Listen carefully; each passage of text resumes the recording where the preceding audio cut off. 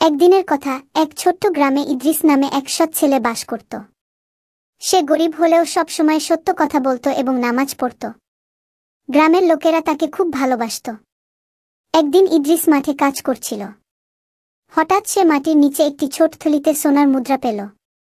সে খুশি হল, কিন্তু সঙ্গে সঙ্গে ভাবল, এটা তো আমার নয়, নিশ্চয়ই কারো হারানো জিনিস গো। গ্রামে ফিরে এসে সে লোকজনকে বলল, আমি একটি থলি পেয়েছি, যার মালিক থাকলে এসে নিয়ে যান গো। অনেকে লোভ করে বলল, এটা আমার, কিন্তু থলির ভেতরের চিহ্ন মেলেনি। অবশেষে এক বৃদ্ধ এসে কাঁদতে কাঁদতে বলল, এই থলিটা আমার। ভেতরে আমার স্ত্রীর নামে লেখা একটি কাপড়ের টুকরা আছে। ইদ্রিস থলি খুলে দেখে সত্যিই সেই কাপড়টি রয়েছে। তখন সে খুশি মনে থলিটি ফিরিয়ে দিল। বৃদ্ধ দোয়া করে বললেন, আল্লাহ তোমাকে দ্বিগুণ রিজিক দিন। ইদ্রিসের সততার জন্য আল্লাহ তাকে বরকত দিলেন। তার জীবনে সুখ শান্তি নেমে এলো।